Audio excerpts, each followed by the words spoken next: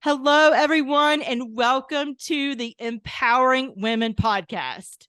And I also want to welcome you to 2024.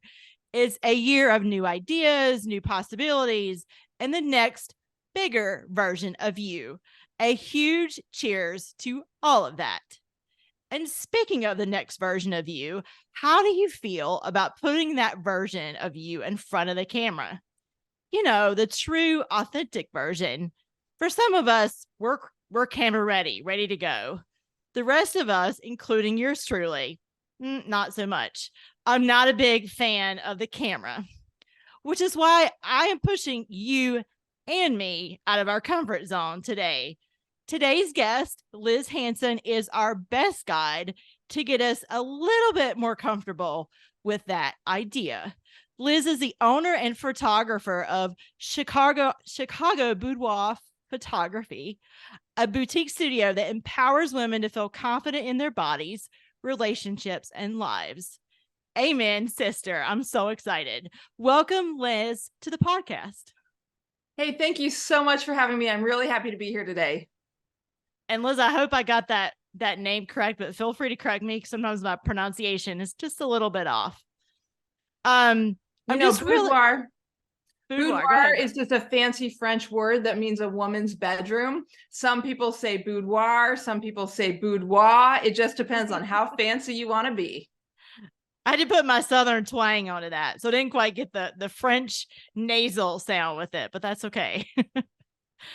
So I'm really excited to learn more about your background. I'm going to admit you're the first person I've ever met that's in this line of photography, so I'm completely fascinated.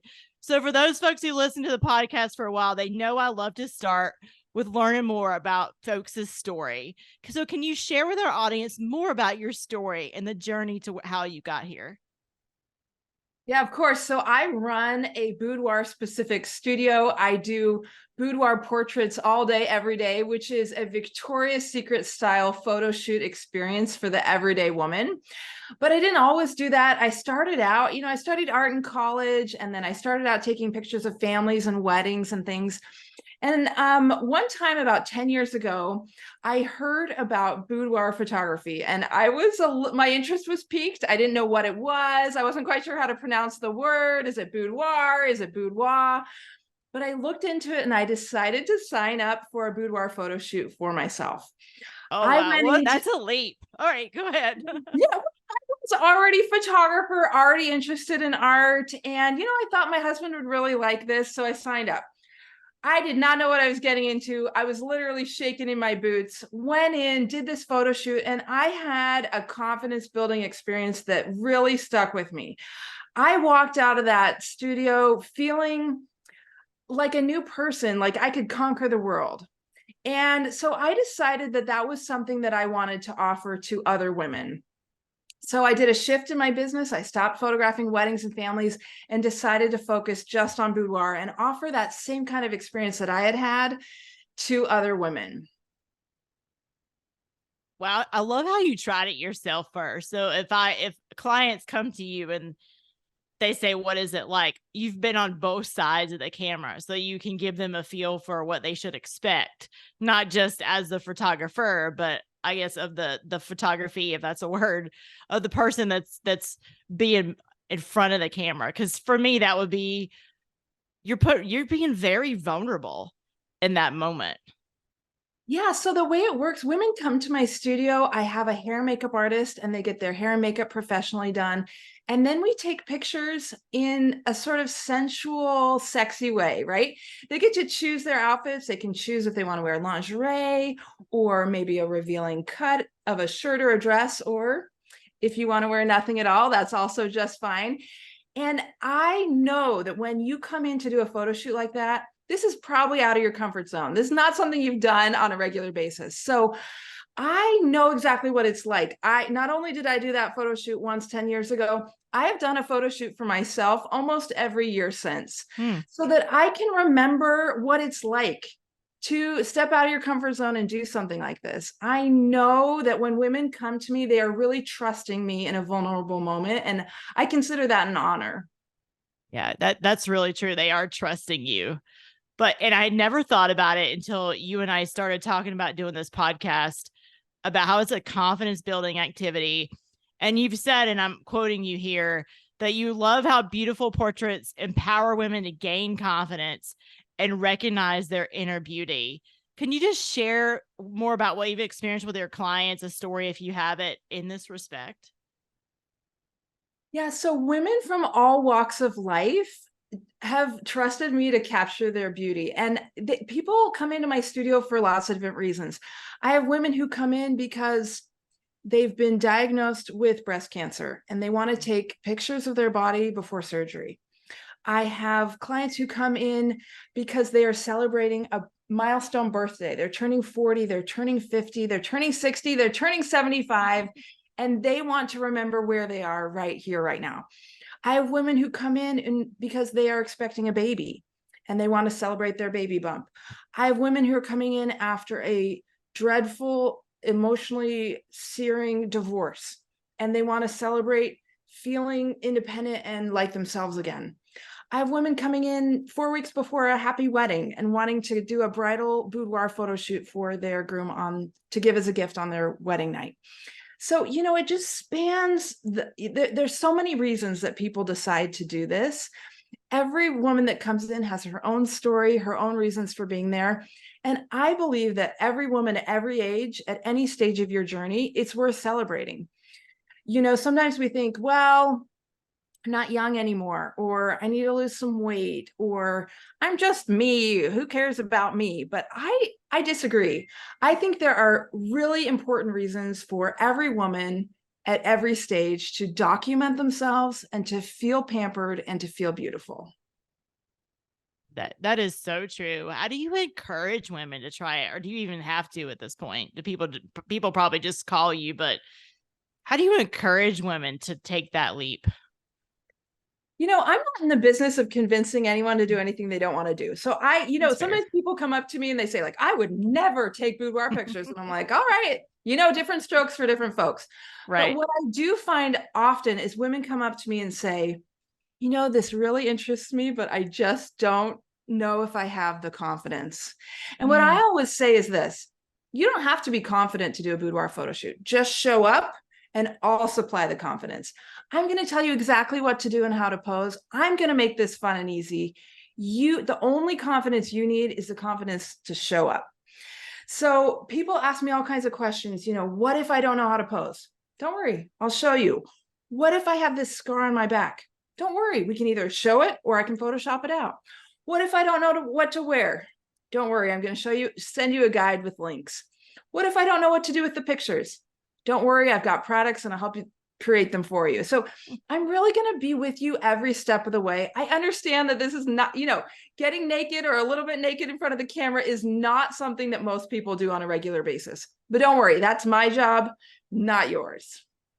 But I think that's so powerful. Take it outside of this context for a minute. The most important part is just showing up. The courage that woman needs in that moment is just showing up. And that doesn't just apply to this specific instance, but to everything in our lives. It's so important just to show up. And then I think we think that showing up means we have to do it by ourselves. So all those things that you outlined was things that they felt like they should already know, like how to pose or what to pick. And that I think that also translates to the working world. We feel like, oh, I have to show up and know it all. Well, I don't really. I have support systems. I have resources. I don't have to. So I think that lesson really translates to the working world. So I love that. Just show up. That's the first and only step. Yeah, I had a teacher in high school that had a big poster up that said, like 98% of success is showing up, something like that. And I remember the time thinking like I don't just show up and things happen, but I have learned throughout life that a lot of things are like that. Submit the application, throw your name in, throw your hat in the ring, put your name in the box to volunteer to do something. You don't know what might happen until you try.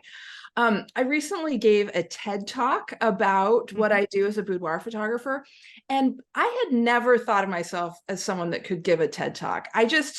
TED Talks where it's like Bill Gates stands up and gives a TED Talk, right? Like Michelle Obama, right? Not like Liz Hansen, boudoir photographer. But I saw the application and I literally just thought like, hey, what happens if I throw in the application?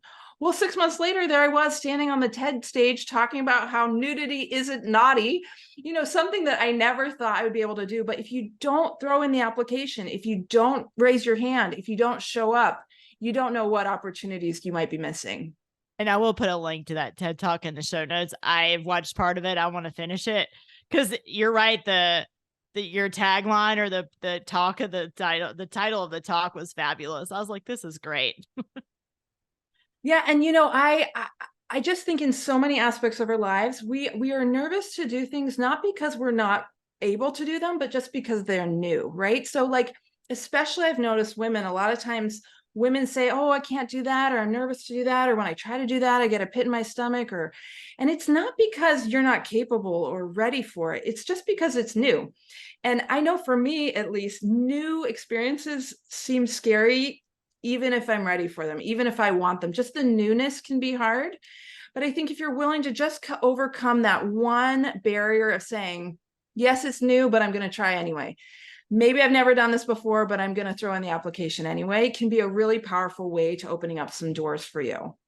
Yeah, that's so true. And I'm probably transitioning really well. I'm going to checks in the mail to you, Liz, on this one. Because in that TED Talk, you mentioned that photography can help us access courage and freedom, maybe more than any other way. Can you say more about that idea and ways our listeners can embrace that philosophy from what you've learned? Yeah, so for me, stepping in front of the camera can be for a lot of people I've noticed, can be a really vulnerable experience, right? You feel very exposed, even if you're fully dressed, right? Just having your picture taken, and many people shy away from it. And I put stepping in front of the camera in the same category as other things that people might be scared to do.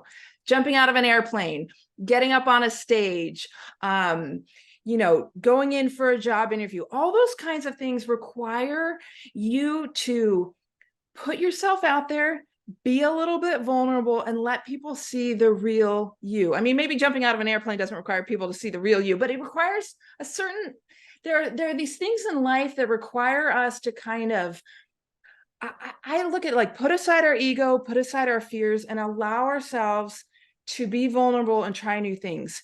And then on the other side of it, when we've achieved it, when we've done the thing, when we've jumped out of the plane, when we've stood in front of the camera, when we've gotten on stage, that's when we can look back and say, I can do hard things. I am capable. I am worthy. And when you keep a catalog of those things that you've achieved, it allows you to achieve even more. A few months ago, I was talking to one of my coaches, and she said, start writing down a list of every time that you figure something out and you make something happen.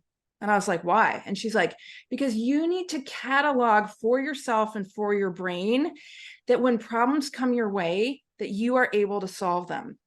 So I started this list. I said little things like we had this big scratch on our kitchen floor and I wasn't sure how to deal with it. And it was every time I was in the kitchen, it was driving me crazy. Well, got on the internet, researched it, figured out, put it on my list. I figured out how to fix that scratch in the kitchen floor, and pretty soon I had a list of 100 things that I had figured out, that I had achieved.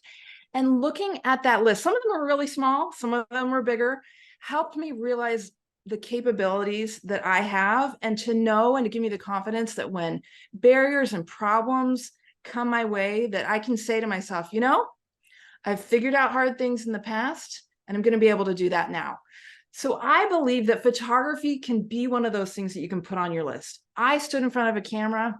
I was vulnerable. I allowed someone to see the real me, and I can achieve great things. I'm laughing as you're talking in my head because I hate pictures. Like I just hate pictures in general. I hate selfies. I hate pictures of me, just not staged ones, but ones at like a conference or something and somebody's taking pictures. I hate them. And I'm trying to learn to embrace that it's authentically me and to stop the critical judger in the background. Cause that's what happens. I'm going to make you laugh, Liz. When we first started this podcast, in season 3, it was not on video. And when Charlie sent me the note and said, hey, we're changing and we're going to add video, I was like, no, we're not adding video. So I don't think I'm alone in that. And I think for me, it's all the courage to show up is one, very important, but also is the courage to not be so judgmental and critical and get those nasty words and thoughts out of your head when those pictures or videos do show up. Yeah, and a couple things I do want to say. When we talk about being authentic in front of the camera, in one sense, showing up is important and revealing yourself, but the camera can lie also. So I guess I'd want to say this. We live in a time where every single person on the planet pretty much now is walking around with a camera in their pocket. And that did not used to be the way, right? Like getting your picture taken used to be a sort of a special experience. Now, man, you're just getting your picture, people are photographing their breakfast every morning and they're taking pictures of them walking around the hallway and whatever, right? And the little camera on your cell phone it distorts, right? So have you ever noticed how if you're standing on the edge of a group, the people in the middle look smaller and the people on the edges look bigger? It doesn't mean people on the edges are bigger people, but sometimes it's because that wide angle lens distorts the edges of pictures. And it's the same thing when you hold a camera close to your face. The thing that's closest to the lens right here, it often looks bigger, which is why people think their noses are really big. Because when they take selfies like this, you can't maybe see me right now, but I'm holding if you hold your camera right in front of your face, it's going to make your nose look really, really big. And we live in a selfie world where women are literally going to get nose jobs just because they think they have a really big nose because they're used to seeing it from a distorted selfie picture. So there is one sense in which photography, in my opinion, can be empowering and beautiful and confidence building, and in another in which people can let it really destroy their self-esteem and their self-image. And my goal is to help women kind of see a real version of themselves, right? So when you come into my studio, I'm not taking a selfie. I'm not taking a wide angle view where you're going to look twice as big on the edge as the person in the middle. My goal is to take a picture to reveal to you, with lighting, with posing, with accessories, with all the things, the beautiful person that I know you are and that you can be represented as. Throw away the idea that you have a big nose because of selfies. Throw away the idea that you always look big in group pictures or whatever it is that's making you shy away from the camera. And come to a professional photographer who can really, in my opinion, reveal how other people see you, which is gorgeous and worth documenting and valuable, no matter your size, age, or shape. So in some ways, I think having cameras with us all the time is fabulous and wonderful and allows us to document.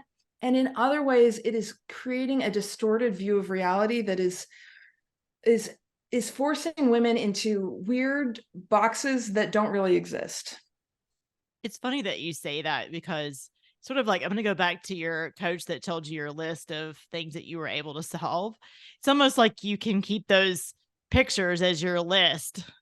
And when either somebody takes a picture of you or you take a selfie with a group, let's say, and it doesn't look so great, it might be that little list that you hold back and go, this is really what I look like. Forget about that.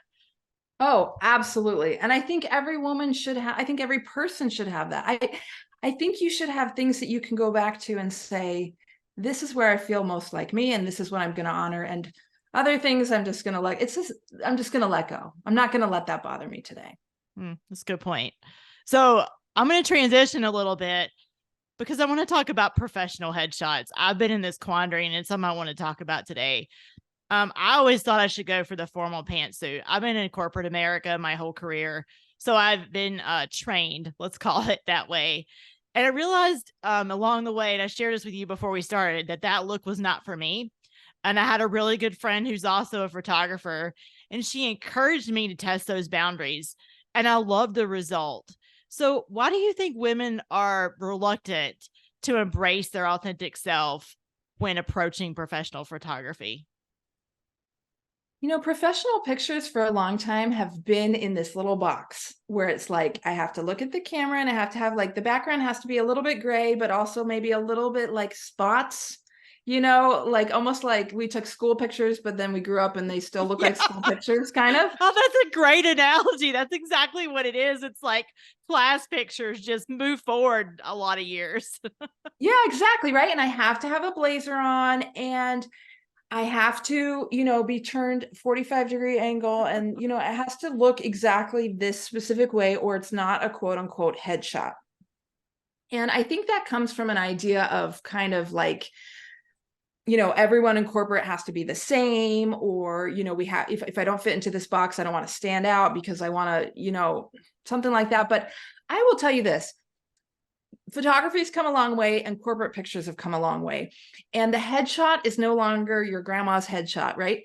Those pictures that you've seen, I mean, there can still be great pictures like the ones I described, but now there is a push towards something sometimes it's called personal branding. And even if you have a corporate job, you can create a set of images that represent you for who you are, because you are a brand. I mean, I know that's kind of weird to think about, but like when you come to present yourself at a job interview, when you go to present yourself for a conference, for whatever it is you're doing, you're representing your ideas, but also yourself as your own personal brand. So you should feel free when you hire a photographer or use professional headshots to break out of that mold a little bit. Wear clothes that represent you a little bit more. Have a bright yellow background. Have something with you in your hands that demonstrates what it is that you do. My favorite corporate headshots are pictures that when I look at the picture, it gives me a sense of who the person is and what they do. And it's not just like a passport picture. It's so true. And I feel like that, let's just say that your personal brand is you want to be thought of as bold and innovative. And then if you show up in LinkedIn or wherever this headshot's used and you're in a black suit with a white shirt with a cream background, like is in my office right now, it's just like, oh, that's not bold or innovative. And I think there's this, our brain catches that. I don't know that we can articulate it, but our brain catches it. Oh, absolutely. And the same with a really outdated photo. So let's say on LinkedIn, you have a picture that's 10 years old, and then you show up and in 10 years, you've changed your hairstyle, you've changed, fashion, the fashion's changed, the width of a lapel changes, all these things. You can tell when a picture is 10 years old. Even if you don't think people can, they can, right? So not only do you want the picture to speak of who you are, but you want to keep your pictures current. I recommend people get professional pictures taken every 2 to 3 years. That might seem like a lot, but you'll end up using them a lot. And if you have good pictures you like, you'll be more confident putting them out there, updating things. It's part, again, of your personal brand that's going to speak to who you are and show that you're updated, that you're out there, you're up to date, you're doing the thing. A picture speaks 1,000 words, right? So putting yourself out there with updated, beautiful headshots is it's just as important as dressing well for a presentation, showing up on time, all those things. Do you have any, but let's just say I've done personal branding work with a professional. So I sort of knew what I was after when I had those pictures. Do you have any advice for somebody who may not have had the opportunity to do that work yet? And maybe they have a headshot session coming up in a couple weeks. Like what would you think about for them as they're going into that session? So if you're going into a professional headshot session, there's a couple things I would recommend. Number one, if you can, work with a photographer that allows you to bring multiple outfits. So depending on what you've signed up for, what you're paying for, if you can shoot in different outfits, you will see how much your vibe changes just with the different outfit that you choose. So if you can, don't just go in with your one blazer, take one set of pictures and go home. If you're going to, drive over there, hire a photographer, do the thing, bring multiple outfits and shoot multiple outfits. Number two, if you can, sit down with a photographer and come up with 3 words that you want to convey with your pictures. And bring those to the photographer and discuss, how can we make these pictures look like these 3 words? And this is something I do with my own clients that come into my photo studio. I actually have a stack of cards with words on them, and I have them choose cards that they want to feel that day during their photo shoot.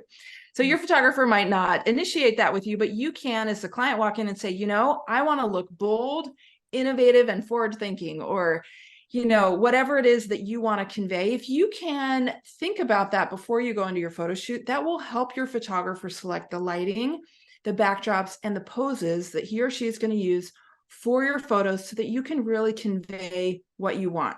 If they don't know who you are and what you want, you might end up looking like a banker when instead you're an independent florist, or you might end up looking like an engineer when really you are trying to be a stand-up comedian, or whatever Right. it is that you're trying to do. It's going to change everything about how the photographer approaches the photo shoot. Well, speaking of that, if somebody's considering doing this as part of their 2024 goals, how would you coach them to find a photographer for themselves for let's say professional headshots in this case?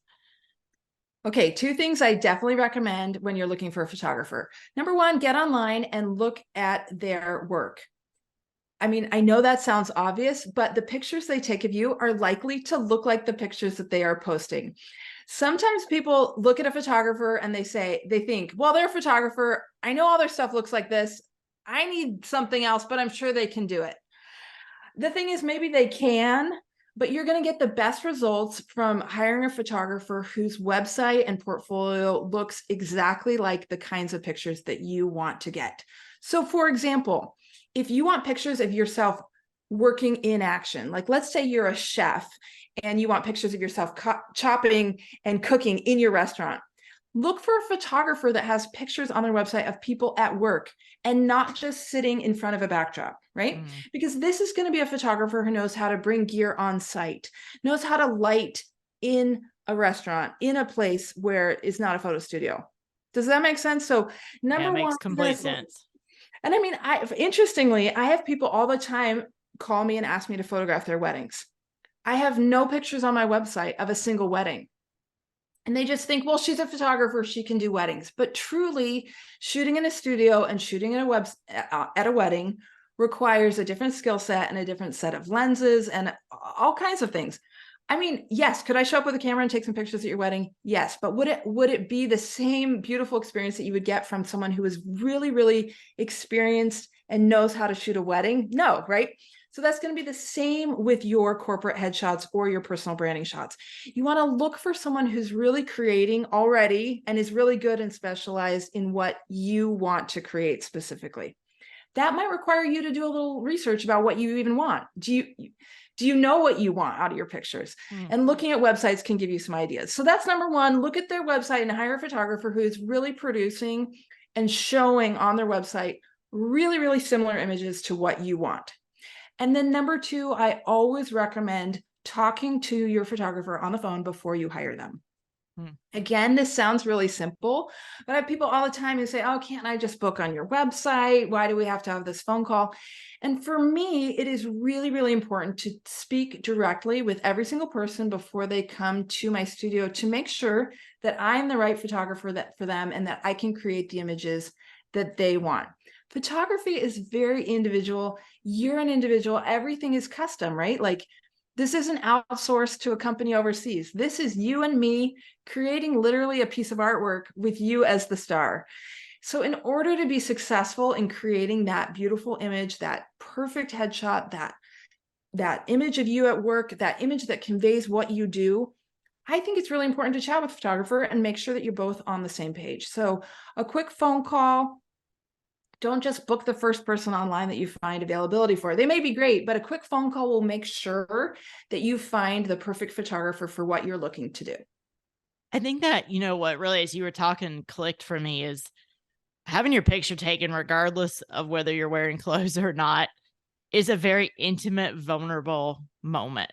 And so if you don't have a connection with your photographer, it's hard to get the best result.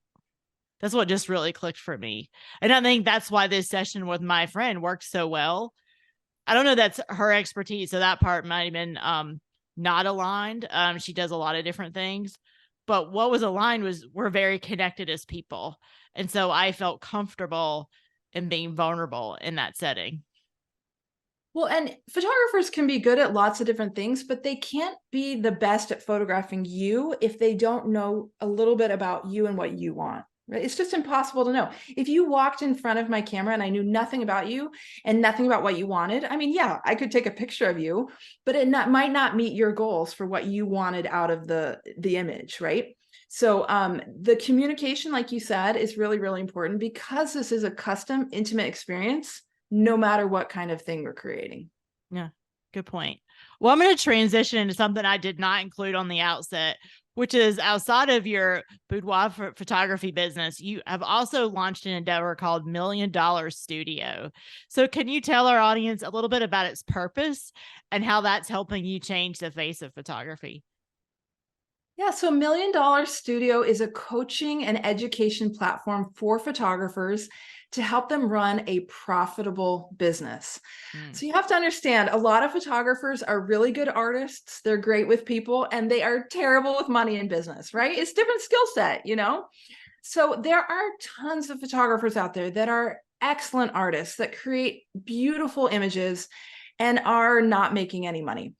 And what that means is they can't create more beautiful images because they don't have any money to live off in order to do that. So my goal with $1 Million Studio is to help every photographer that works with me to run a profitable studio that allows them to help and reach more people and to create more art. And I have loved doing that. I've watched so many photographers come into my program. There was a woman recently, Rebecca, when she joined my program, she told me she was barely making any money off of her business. Basically, she was breaking even, you know, like not bringing any money home. People would pay her, but she was using every penny that came in to pay her expenses. She's been in my program for less than a year. She just hit 9 months in the program, and she's already clearing $400,000 a year in Oh, revenue. my goodness. Yeah, incredible journey for her to learn how to actually price and sell her art in a way that is creating revenue for her. So this is why my mission in life, I feel like, is to help women be empowered, whether that be to help them feel empowered in front of the camera or to help empower them as business owners to create profit and revenue so that they can run the business of their dreams. Yeah, because I think I know I've struggled in my own way. So I'll tell a very vulnerable story. So when I first started this podcast, I said yes, A, because it was Charlie, and B, because I knew my peer coaching circle was going to challenge me if I said no. So I said yes. And when she first said, "Hey, give me a proposal on what you'd like to be paid," I put it off. I started the podcast. I think we might have paid me like a little bit in the very beginning, and it fell off. And then Charlie figured it out, and she was like, "I cannot believe that you did this to me." Now, my point is, I'm pretty well known in this community, and I struggled with that ask. And that's small in comparison to what somebody might be running a business, because this is just some auxiliary income to my day job. So I think that's so true. Probably out there for men as well, but for women, I think it's very prevalent. Something that I've learned recently is the term a money block. And what that means is literally a mindset or a thought or a belief that prevents money from coming into your life. So I would describe what you experienced with being unable to ask for a salary or for payment for the podcast as a literal money block. It was a belief that was blocking someone from paying you for working. You started the podcast and you're working, and like, you're not asking for any money. You're literally putting up barriers from money coming into your life.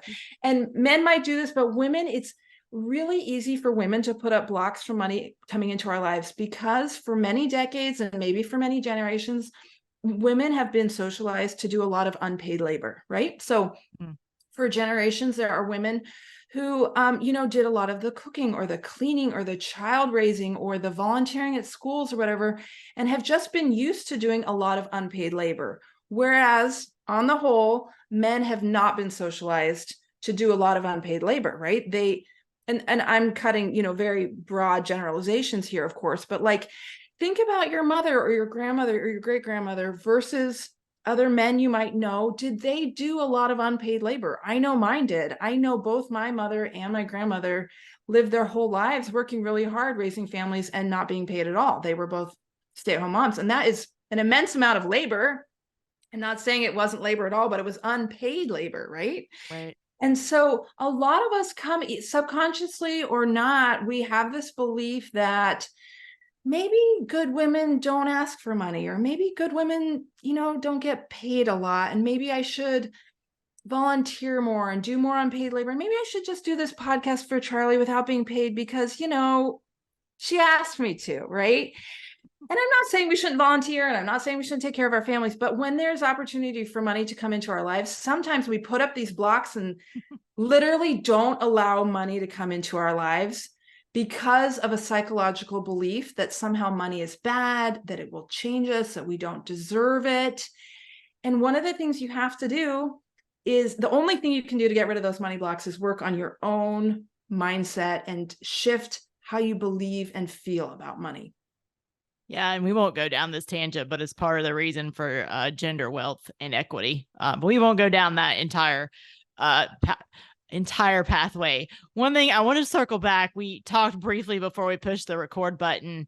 You had a lot of great insight on coaching and mentoring, and that's part of what I think you offer in $1 Million Studio. Do you mind sharing what you shared with me, with our audience? Yeah, of course. So I believe that it's really hard to be what you can't see. And in particular for me, I know this was true. I didn't know anyone who was running a business before I started my own business. I mean, some people might have friends or family who are entrepreneurs, but I really didn't. The people in my lives were teachers, lawyers, doctors, all salaried people. And I didn't know anybody who was out there running their own thing, putting out a shingle, being an entrepreneur. And so for me to start and run my own business was really, really daunting, sort of emotionally and psychologically, in ways that I couldn't have predicted. And when I found some business mentors and surrounded myself with other people who were also entrepreneurs, it was a game changer for me. And I know this can be true in the corporate world as well. When you can find other people that you can learn from, it can be so, so important. And I think sometimes we think that those mentors or those coaches have to be people who are older than us or quote unquote above us. But there are people all around us that can help us, lead us, that we can learn from, that can show us things, open doors for us. We were talking about how sometimes younger people can be, what did you call it? Circular mentoring? Reverse mentoring. A reverse mentoring, right? So like Yep. that a younger person helps you see something, and I'm sure in that relationship you can give back to them as well. I guess that's why I was calling it circular. Right. But if you are in a situation where you don't have anyone that you can talk to about your career, or that you can bounce ideas off of, I recommend finding someone. It might be someone online. It doesn't have to be someone who sits in the cubicle next to you. It doesn't have to be someone in the C-suite in your same tower. Could be a group online. It could be someone in another industry who's doing something kind of similar to you, but coming at it from a different angle. To me, finding a group or a mentor can make all of the difference. Yeah, it makes a huge difference. Well, Liz, it's hard for me to believe, but I only have really 2 questions left for you. The one is, what piece of advice or quote would you like to leave with our listeners? Well, the thing that first comes to mind is my TED Talk, naked isn't naughty. That's my thing I've been saying all year now, encouraging people to be vulnerable in different ways. Yeah, And because naked could mean different things. It may not just mean the human body. It could even be your mental or social piece. absolutely, being vulnerable, being real, allowing yourself to be seen. There's so many taboos around this kind of behavior, especially for women. We wear a lot of masks, I think. Hmm. We don't say a lot of times what we really feel or think. And I'm not suggesting you just go out there and blurt out anything at any time, but really digging deep and trying to be vulnerable, I think, is sort of my catchphrase for the year. Yeah, I love that. Last question is, where can people find you and reach out to learn more about your businesses or just more about you personally? Oh, thanks for asking. I'm at chicagoboudoir.com, which is always a little tricky for people to spell. So Or it's, say in my case, but that's okay. yeah, you can say Chicago Boudoir or Chicago Boudoir, but it's CHICAGO boudoir.com. That's my photo studio. If you're interested in my coaching and mentor program, that is $1,000,000.studio. Awesome. Well, Liz, thank you so much. It's been a great conversation, a great way to kick off 2024. Thank you so much for joining us and for the generosity of your time. Oh, thank you so much for having me. I sure loved it. Bye, everybody. See you in the next episode.